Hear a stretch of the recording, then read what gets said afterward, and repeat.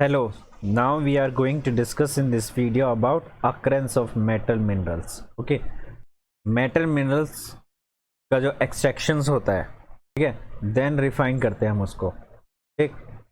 इसको क्या बोला जाता है? मेटलर्जी। मतलब मेटलर्जी एक ऐसा प्रोसेस है जहाँ पर ओर्स में से ओर्स को रिफाइन करके क्या निकाला जाता है? मेटल्स निकाला जाता है, ठीक है। ध्यान रहेगा, metallurgy is the process extractions of metals from their ores and then refine them.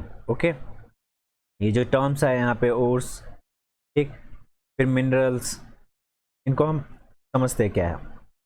देखो, मिनरल्स आखिर पाए कैसे जाते हैं? अर्थ क्रस्ट के अंदर जो तुमने अभी ऊपर पढ़ा था, काका नाना से मांगे, ठीक है, इसमें जो ऊपर वाले मेटल्स थे ये क्या होता है? कंबाइंड स्टेट में होता है। और जो नीचे था Ag, Au, Pt, ठीक है, ये क्या होता है? नेटिव स्टेट में पाया जाता है। नेटिव मतलब अकेला, ये किसी के साथ कंबाइंड स्टेट में नहीं होते हैं, ये कंबाइंड स्टेट में पाए जाते हैं। तो जो कंबाइंड स्टेट में पाए जाते हैं, ठीक है, विथ इम्प्योरिटीज, ठीक, तो इनको हम क्या बोलते हैं? मिनरल्स।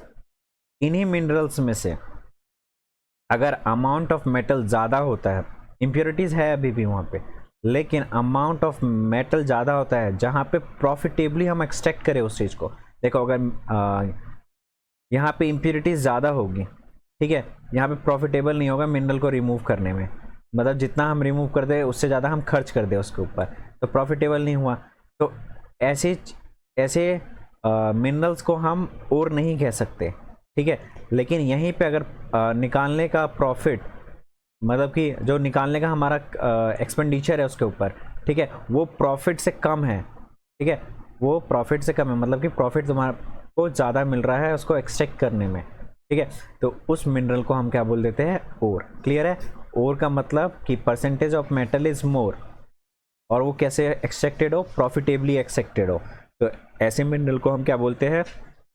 ओर, ठीक है, which contain a good amount of metals. और एग्जाम्पल में क्या है? मरकरी का जो ओर है उसको क्या बोलते हैं? सिनाबार। ये तुम्हारे बुक में है तो याद रखना, इंपॉर्टेंट है। सिनाबार कैसे लिखते हैं? HGS, ठीक है, सिनाबार।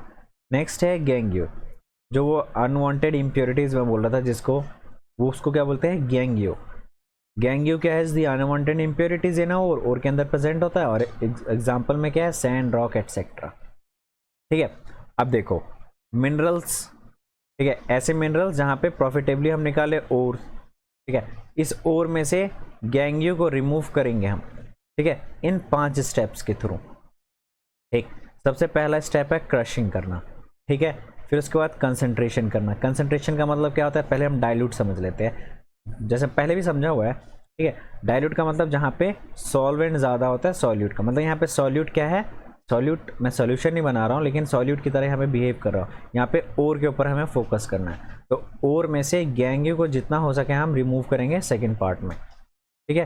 फिर उसके बाद उस ओर को हम मेटल ऑक्साइड में कन्वर्ट करेंगे, फिर मेटल ऑक्साइड से उसको रिड्यूस करेंगे, ठीक है, मतलब कि ऑक्सीजन रिमूव करा देंगे, फिर मेटल मिलेगा। लेकिन अभी भी वो जो मेटल होगा वो इतना ज़्यादा प्योर नहीं होगा। फिर लास्ट में हम इसका प्योरीफिकेशन करेंगे, फिर हमें प्योर मेटल मिलेगा यहाँ पर, ठीक है। तो पहला प्रोसेस क्या है? क्रशिंग। क्रशिंग और ग्राइंडिंग सेम है। क्रशिंग ग्राइंडिंग कहाँ पे की जाती है? मील वगैरह में, ठीक है। तो यहाँ पे क्या करते हैं? सबसे फर्स्ट प्रोसेस, ओर को क्रश कर दिया, मतलब छोटे छोटे छोटे छोटे फाइन पाउडर में कन्वर्ट कर दिया। किसको? ओर को। फिर सेकेंड है कंसंट्रेशन ऑफ ओर्स, ठीक है। यहाँ पे क्या है? इम्प्योरिटीज को रिमूव करने के प्रोसेस को क्या बोलते हैं? कंसंट्रेशन ऑफ मिनरल्स और ओर, या फिर ड्रेसिंग भी बोलते हैं इसको, ठीक है। मेटलर्जी में we concentrate the ore mainly by the following methods. अब ये कंसंट्रेट कैसे कर सकते हैं, मतलब ओर्स कैसे निकाल सकते हैं? तो यहाँ पे भी कुछ स्टेप्स है निकालने के। यहाँ पे 4 स्टेप्स है। पहला स्टेप क्या है? Hydrolytic method. इसमें क्या किया जाता है? सपोज यहाँ पे तुम्हारे पास अभी ओर पड़ा है, तो ओर किसके साथ रहता है? गैंगियो के साथ, ठीक है। यहाँ पे तुमने पानी देना स्टार्ट करा तो ये फ्लो करना स्टार्ट करेगा। फ्लो करेगा तो ये जो तुम देख रहे हो ये क्या है? ग्रूव्स है ये, ठीक है, इनको क्या बोलते हैं? ग्रूव्स, ठीक। तो ये ग्रूव्स में क्या होगा कि ओर जो होगा वो क्या होगा? हैवी होगा। जो हैवी होता है वो ग्रूव्स में फंस करके यहीं पर रुक जाएगा। और जो गैंगियो है वो होगा लाइट, तो वो लाइट होगा तो वाटर के साथ नीचे चला जाएगा, ठीक है। और फिर हमें नीचे क्या मिल जाएगा, गैंगियो, और इन ग्रुप्स में क्या मिल जाएगा हमें, ओर्स, ठीक है। और ये कैसे वाले ओर होंगे, विदाउट गैंगियो वाले, ठीक है। सेकेंड है मैग्नेटिक सेपरेशन। इसमें क्या किया जाता है, यहाँ पे ग्राउंड ओर, देखो ग्राउंड, यहाँ पे भी ग्राउंड ओर लिया जाएगा जहाँ पे गैंगियो भी रहता है, तो यहाँ पे रख दिया जाएगा, इस के ऊपर हम चलाएंगे आप, ठीक है। तो इस रोलर में क्या होता है, मैग्नेट लगे होते हैं, ठीक है। तो इस ओर के अंदर जितना भी मेटेलिक सब्सटेंस होगा वो क्या होगा, इसके साथ चिपक करके इस तरफ गिरेगा, ठीक है। और जो गैंगियो होगा वो किस तरफ गिरेगा, इस तरफ गिरेगा, ठीक। तो हम थ्रू मैग्नेटिक सेपरेशन भी इन ओर को सेपरेट कर सकते हैं फ्रॉम गैंगियो। नेक्स्ट है फ्रोथ फ्लोटेशन। फ्रोथ फ्लोटेशन में क्या होता है, इसमें हम झाग बनाते हैं। झाग किस चीज का, ऑयल का, ठीक है। क्या होता है, जैसे देखो तुम मिल्क को देखते होगे, ठीक है, milk is the colloidal solution. तो उस कोलोइडल सोल्यूशन में तुम देखते होगे कि मिल्क ऑयली सब्सटेंस कुछ ऊपर फ्लोट कर रहा होता है, ठीक है। तो जो जिसका डेंसिटी कम होगा वो ऊपर फ्लोट करेगा, ठीक है, और जिसका डेंसिटी ज़्यादा होगा वो सिंक कर जाएगा। तो इसमें भी कुछ ऐसा ही कंसेप्ट लग रहा है। तो जो हमें पता रहता है इसके अंदर कि कौन सा और किस ऑयल के साथ मिक्स हो जाएगा, तो हम क्या करते हैं, उस और को ऑयल के साथ क्या कराते हैं, मिक्स करा देते हैं, जिसके वजह से वो हल्का हो जाता है और वो ऊपर फ्लोट करना स्टार्ट हो जाता है यहाँ पर, ठीक है। अब जो गैंगियो होता है वो किसके साथ डिजोल्व हो जाता है, वाटर के साथ। तो गैंगियो वाटर के साथ डिजोल्व हो जाएगा तो वो सिंक हो जाएगा, क्यों, water have high density than oil, तो वो नीचे बैठ जाएगा। अब यहाँ पे कौन से ओर है ऐसे, तो ये सल्फाइड ओर होते हैं, याद रखना, सिर्फ सल्फाइड ओर के साथ ऐसा किया जाता है फ्रोथ फ्लोटेशन। झाग बनाया जाता है जहाँ पे ओर हमें ऊपर ही मिल जाता है और गैंगियो नीचे हो जाता है। अब देखो ये अपने आप झाग नहीं बनता, इसको रोटेट कराते हैं हम, ठीक है, या फिर कंप्रेस्ड एयर डालते हैं, ठीक है, एयर डाल दो या फिर रोटेट कर दो इसको, क्लियर है। फोर्थ है केमिकल सेपरेशन, ठीक है, केमिकल सेपरेशन या फिर लीचिंग, दोनों चीज़ बोलते हैं इसको। इसमें क्या करते हैं, हम कुछ केमिकल्स यूज़ करते हैं जिनको और गैंगियो के अंदर डालते हैं, ठीक है। तो इसमें क्या होता है, ये केमिकल ओर के साथ रिएक्ट कर जाता है, बट गैंगियो इनसॉल्युबल रहता है। तो फिल्टर पेपर के थ्रू जब पास करेंगे तो जो सॉल्युबल हो जाएगा वो फिल्टर पेपर से पास करके चला जाएगा, तो हमें और नीचे मिल जाता है, और जो इनसॉल्युबल होता है वो ऊपर रह जाता है, ठीक है। तो ऊपर क्या रह जाएगा, गैंगियो रह जाएगा, क्लियर है। अब क्या किया हमने, क्रशिंग कर लिया, कंसंट्रेशन वाला भी प्रोसेस कर लिया। थर्ड में करेंगे हम उस ओर को मेटेलिक ऑक्साइड में कन्वर्ट करेंगे। हाँ, यहाँ पर हमें दोनों काम एक ही साथ करना है, मेटेलिक ऑक्साइड में भी कन्वर्ट करना है, उसको साथ में रिड्यूस भी कराना है, मतलब ऑक्सीजन भी वहाँ से।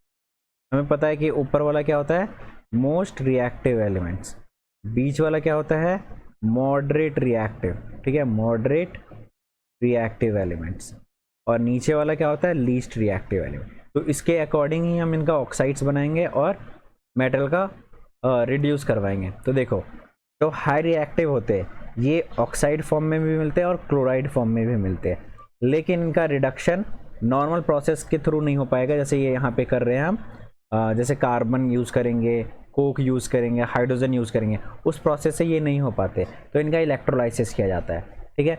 तो यहाँ पे क्या है कि जो मोस्ट रिएक्टिव है वो ऑक्साइड और क्लोराइड फॉर्म में होता है, और जिसका रिडक्शन हम इलेक्ट्रोलाइसिस के थ्रू करते हैं, फिर मेटल मिलता है हमें। जो मीडियम रिएक्टिव है, मॉडरेट रिएक्टिव, उनका ऑक्साइड फॉर्म हम दो प्रोसेस से करते हैं, एक करते हैं कार्बोनेट प्रोसेस, कैल्सिनेशन से, एक करते हैं रोस्टिंग से, ठीक है। रोस्टिंग सल्फाइड ओर वालों का किया जाता है और कैल्सिनेशन कार्बोनेट ओर वालों का किया जाता है। कैसे करेंगे आगे देखते हैं। ऑक्साइड बन जाता है, फिर रिडक्शन किया जाता है यहाँ पे, ठीक। जो लीस्ट रिएक्टिव होते हैं, ठीक, नीचे वाले तो नेटिव स्टेट में पाए जाते हैं, ये लीस्ट रिएक्टिव में ये हो गया तुम्हारा कॉपर और मरकरी, ठीक है।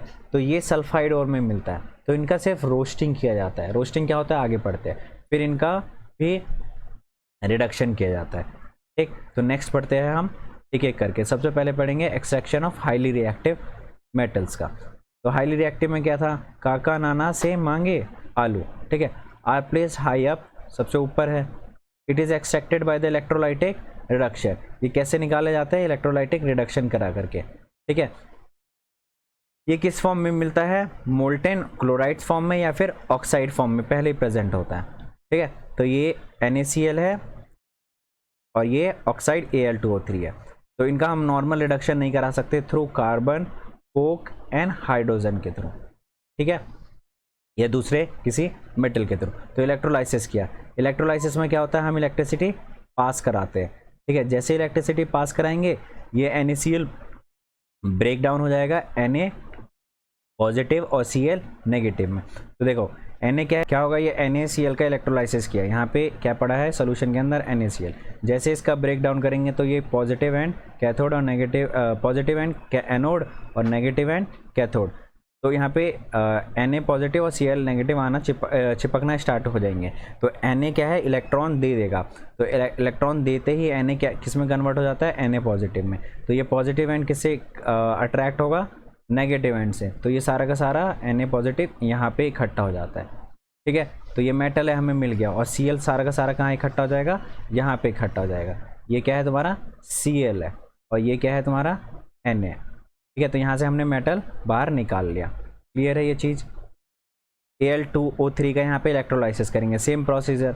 Al2O3 का इलेक्ट्रोलाइसिस करना स्टार्ट करा, Al कहाँ जाकर के अट्रैक्ट हो जाएगा, नेगेटिव एंड से, और ऑक्सीजन कहाँ पे जाकर के अट्रैक्ट हो जाएगा, पॉजिटिव एंड से। तो जितना भी नेगेटिव एंड पे अट्रैक्टेड होगा वो सारा का सारा क्या होगा, मेटल होगा, उसको हम बाहर निकाल लेंगे थ्रू इलेक्ट्रोलाइसिस। क्लियर है।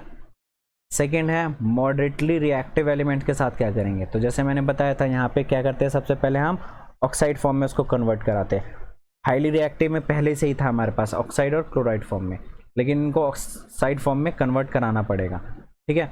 तो कैसे कन्वर्ट करेंगे, पहले इनके ओर को लेंगे, इस ओर को थ्रू रोस्टिंग करेंगे और कैल्सिनेशन करेंगे। रोस्ट मतलब भूनना, भूनते कब है, तुमने देखा होगा मक्के वक्का, जो मक्का होता है कॉर्न, उसको भूनते हैं with the help of oxygen. Oxygen surrounding में रहेगा तभी भूनेंगे, वैसे याद रखना। रोस्टिंग भूनना, भूनना is with the help of oxygen. तो ऑक्सीजन के प्रेजेंस में इनके ओर को हीट किया जाता है, हीट करा तो ये ऑक्साइड फॉर्म में कन्वर्ट हो गए, ठीक है, और सल्फर डाइऑक्साइड रिलीज हो गया। नेक्स्ट है कैल्सिनेशन। कैल्सिनेशन किसका किया जाता है, कार्बोनेट फॉर्म का, ऊपर सल्फाइड फॉर्म का था, ठीक है, ये देख सकते हो तुम S, ठीक, और नीचे किस फॉर्म का है, कार्बोनेट फॉर्म का। तो कार्बोनेट फॉर्म को जब हीट किया गया है, ठीक है, और हाइड्रेटेड ओर्स का मतलब जहाँ पे वाटर प्रेजेंट हो, ठीक है, उसको भी ऑक्साइड फॉर्म में हीट किया गया, ठीक है, in the presence of limited air. Calcination roasting में कंप्लीट एयर था, ठीक है, एक्सपोज करेंगे एयर के अंदर ही, मतलब कि सराउंडिंग में भी अगर तुमने बर्न करना स्टार्ट करा तो वो ऑक्साइड फॉर्म में कन्वर्ट हो जाएगा। लेकिन कैल्सिनेशन में हमें लिमिटेड अमाउंट में ऑक्सीजन देना होता है, ठीक है, सिर्फ बर्न हो जाए इतना देना होता है, ठीक। वो ऑक्सीजन के साथ कंप्लीटली वहाँ पे रिएक्शन ना हो पाए अच्छी तरीके से, इससे हम दूर रखते हैं, बस हल्का सा देते ताकि फ्लेम जलते रहे, ठीक। तो लिमिटेड अमाउंट में ऑक्सीजन प्रोवाइड कराएंगे इसको, तो किस में कन्वर्ट हो जाता है, ये ऑक्साइड फॉर्म में, जैसे तुमने देखा है यहाँ पे Zn कन्वर्ट हो गया, ZnO में कैल्शियम कार्बोनेट कन्वर्ट हो गया कैल्शियम ऑक्साइड में, Al2O3 हाइड्रेटेड फॉर्म में है ये, ठीक है। हाइड्रेटेड मतलब वाटर कंटेन है। ऊपर हाईली रिएक्टिव में भी Al2O3 था, लेकिन वो हाइड्रेटेड फॉर्म में नहीं था, ठीक है। तो Al2O3 में कन्वर्ट हो गया, ये क्या हो गया, सॉलिड। इसी सॉलिड को जब हम वाटर के अंदर डाल देते हैं, ठीक है, फिर उसके बाद हम इसका क्या करते हैं, इलेक्ट्रोलाइसिस, ठीक। फिर Fe2O3 को वाटर के अंदर डाला, ठीक, हाइड्रेटेड वाटर को इसका हीट कर दिया, ठीक है, हाइड्रेटेड Fe2O3 को हमने हीट कर दिया, तो हमें क्या मिल गया, Fe2O3। क्लियर है ये चीज़। नेक्स्ट है अब ऑक्साइड फॉर्म में बन गया थ्रू रोस्टिंग एंड कैल्सिनेशन। अब इसका करेंगे हम रिडक्शन। तो रिडक्शन करते हैं with the help of Coke. Coke is the carbon, okay, फिर कार्बन मोनोऑक्साइड और H2, ठीक। देखो क्यों, पार्वती सुनो, ठीक है, और Fe मतलब कॉपर, लेड, टिन और Fe के लिए क्या यूज़ कर सकते हैं हम, तीनों यूज़ कर सकते हैं, कार्बन भी, कार्बन मोनोऑक्साइड भी और H2 भी। क्या बनाएंगे ये, अगर लेट सपोज Pb लेता हूँ मैं एग्जांपल में, तो Pb converted into PbO when react with coke it form carbon monoxide and lead. और जब कार्बन मोनोऑक्साइड के साथ करेंगे तो कार्बन डाइऑक्साइड रिलीज होगा, फिर हमें लेड मिल जाएगा। तीनों केस में क्या हमें मेटल मिल रहा है। लेकिन जिंक एक ऐसा मेटल है सिर्फ ये कोक के साथ रिएक्ट करता है, तो ये इंपॉर्टेंट है, याद रखना। Zinc is only metal which react with Coke. Next है कुछ हाईली रिएक्टिव मेटल जो होते हैं वो भी यूज़ किए जाते हैं इनको रिड्यूस कराने के लिए, ठीक है। जैसे हमने डिस्प्लेसमेंट वाले में पढ़ा था, डिस्प्लेसमेंट वाले में क्या था कि जो ऊपर का होता था रिएक्टिव वो नीचे वाले को डिस्प्लेस कर देता था। जैसे कि ये मैग्नीज ऑक्साइड है, इसको एल्युमिनियम के साथ रिएक्ट करा गया, ठीक है। तो इसमें से हमें क्या निकलवाना था बाहर, मैग्नीज, तो मैग्नीज निकलवा लिया। और ये Al2O3 को तो तुम्हें पता है क्या करते हैं, इलेक्ट्रोलाइसिस, ठीक है। तो हम यहाँ पे Al2O3 ऊपर फोकस नहीं कर रहे हैं, हम यहाँ पे मैग्नीज निकलवाना चाहते थे। तो Al is more reactive than manganese, so Al ने मैग्नीज को डिस्प्लेस कर दिया और खुद बैठ गया उसकी जगह पे और मैग्नीज हमें मिल गया। नेक्स्ट रिएक्शन है थर्मिट रिएक्शन। थर्मिट एक डिस्प्लेसमेंट रिएक्शन का एग्जांपल ही है और एक एक्सोथर्मिक है। थर्मिट मतलब हीट, जहाँ पे हीट इवॉल्व वहाँ पे एक्सोथर्मिक। तो Fe2O3 को भी Al के साथ रिएक्ट करा, air is more reactive than Fe, Fe को डिस्प्लेस करके और Al वहाँ पे बैठ गया, ठीक है। तो फोकस किस पे कर रहे थे हम यहाँ पे, Fe के ऊपर, तो Fe हमें मिल गया। इस Fe को यूज़ करा जाता है रेलवे ट्रैक को ज्वाइन करने के लिए।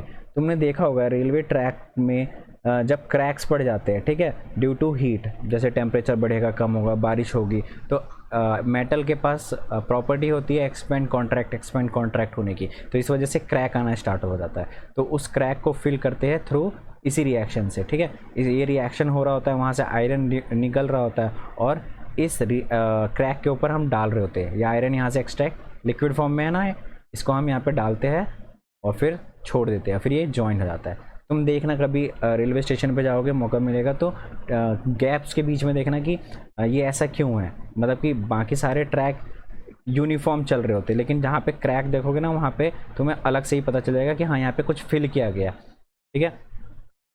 वो फीलिंग्स क्या होती है, आयरन की फीलिंग्स होती है। लास्ट है लेस रिएक्टिव मेटल का एक्सट्रैक्शन। तो इसके अंदर एग्जांपल है मरकरी और कॉपर का, ठीक है। तो मरकरी के ओर को क्या बोलते हैं, सिनेबार, इसको ऑक्सीजन के साथ रिएक्ट करा गया है, ठीक है। क्या पढ़ा था हमने, जो लीस्ट रिएक्टिव है उसका सिर्फ रोस्टिंग होता है, मतलब भूनना in the presence of oxygen, और ऑक्साइड फॉर्म में बन गया ये मरकरी ऑक्साइड, ठीक है। सल्फर डाइऑक्साइड बाहर निकल गया। लेकिन इसके साथ क्या होता है कि इनको जो इनका ऑक्साइड फॉर्म है ना, उनको ऐसे ही हीट कर दो आप, अपने आप ही रिड्यूस हो जाएंगे, ठीक है। ऊपर हमने पढ़ा था ना कि कोक का इस्तेमाल करना पड़ता है, कार्बन मोनोऑक्साइड का, H का, ये डिस्प्लेसमेंट किया जाता है। लेकिन इस लीस्ट रिएक्टिव में ऐसा नहीं है। लीस्ट रिएक्टिव जो हमें ऑक्साइड फॉर्म में मिला है उसी को हीट कर दो, वो खुद ही रिड्यूस हो जाएंगे, सेल्फ रिड्यूस हो जाते हैं और हमें मेटल मिल जाता है। जैसे यहाँ पे मरकरी मिल गया हमें in the form of liquid, ठीक है।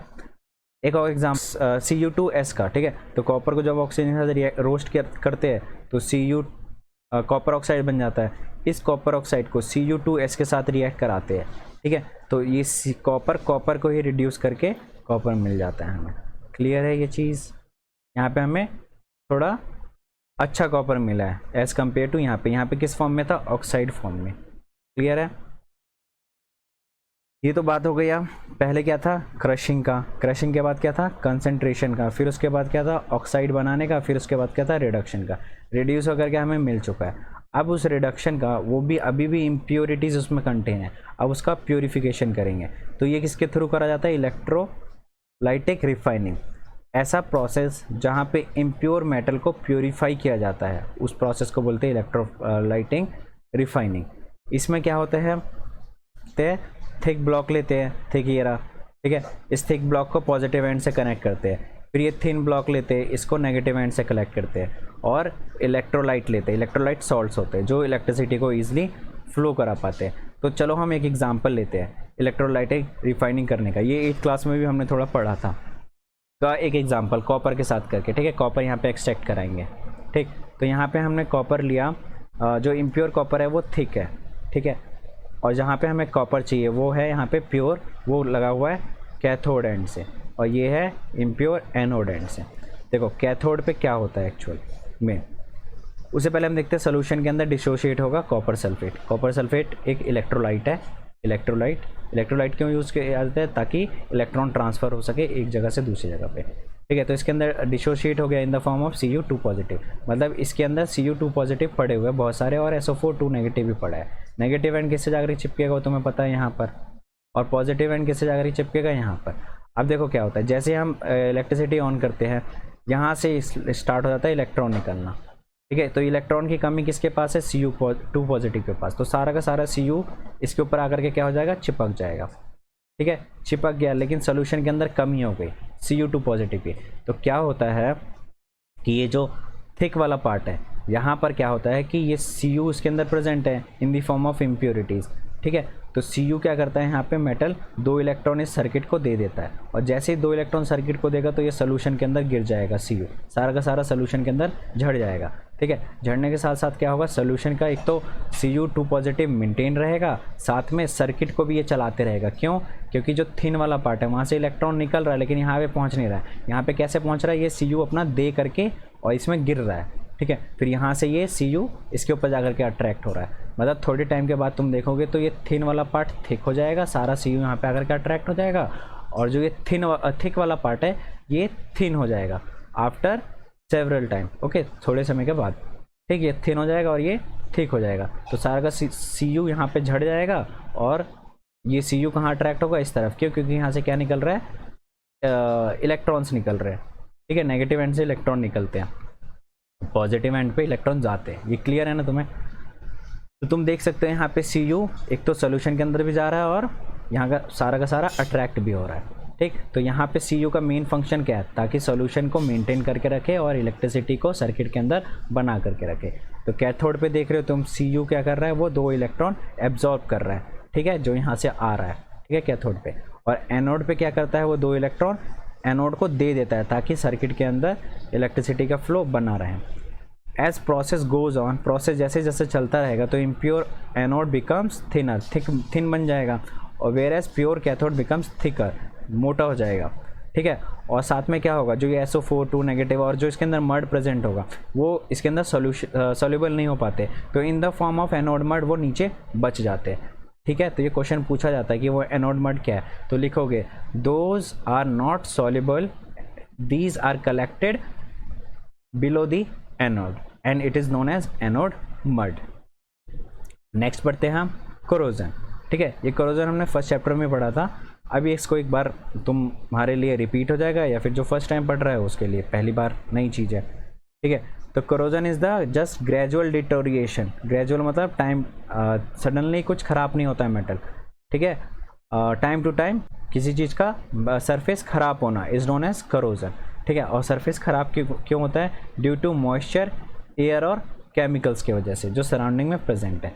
जैसे आयरन कैसे ख़राब होगा, जब इस पर ऑक्सीजन और मॉइस्चर लगता है, ठीक है। तो क्या बनाता है ये iron oxide dot XH2O।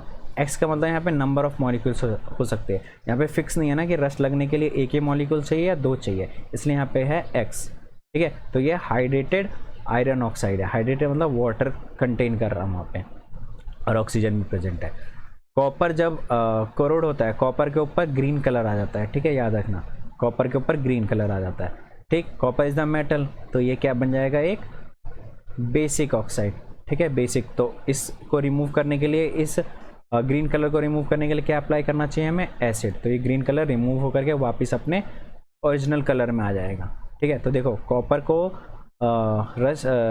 Corrode करने के लिए किस किस का ज़रूरत है, मॉइस्चर मतलब वाटर, और एयर, यहाँ पे कार्बन डाइऑक्साइड चाहिए। यहाँ पे एयर क्या था, O2, तो यहाँ पे एयर क्या है, कार्बन डाइऑक्साइड। याद रखना किस में कन्वर्ट हो जाता है, ये copper carbonate dot copper hydro oxide, ठीक है। Corrosion of silver, silver corrode होता है, ब्लैक कलर आ जाता है उसके ऊपर, किसके साथ वो रिएक्ट करता है, ये देखो यही केमिकल था H2S, हाइड्रोजन सल्फाइड, ये एयर के अंदर प्रेजेंट होता है, ठीक है। तो ये ब्लैक कलर का फॉर्मेशन बना देता है सिल्वर के ऊपर। अब इनसे प्रिवेंट करने के लिए हमें क्या करना चाहिए, तो हम पेंट कर सकते हैं, ग्रीस या ऑयल का अप्लाई कर सकते हैं उसके ऊपर, गैल्वेनाइजेशन का प्रोसेस भी यूज़ कर सकते हैं। गैल्वेनाइजेशन का प्रोसेस क्या होता है, जिंक का लेयर चढ़ाना किसी भी मेटल के ऊपर। तो जिंक का लेयर चढ़ाने से क्या होता है, सपोज ये मेटल है, इसके ऊपर तुमने जिंक का लेयर चढ़ा दिया, तो जब ऑक्सीजन और मॉइस्चर आएगा इसके ऊपर अटैक करने, तो सबसे पहले उसको किससे लड़ना पड़ेगा, इस जिंक के लेयर से, ठीक है। तो zinc on the surface of iron, zinc is formed, zinc क्या फॉर्म कर लेता है, ऑक्सीजन का लेयर। जैसे ये जिंक, यहाँ पे जिंक है, इस जिंक के ऊपर ऑक्सीजन का लेयर पहले से ही बन चुका है, ठीक है। तो जिंक ऑक्सीजन का लेयर बना लेता है, वो फर्दर बाकी के ऑक्सीजन को आने नहीं देता और वाटर को भी अंदर आने नहीं देता।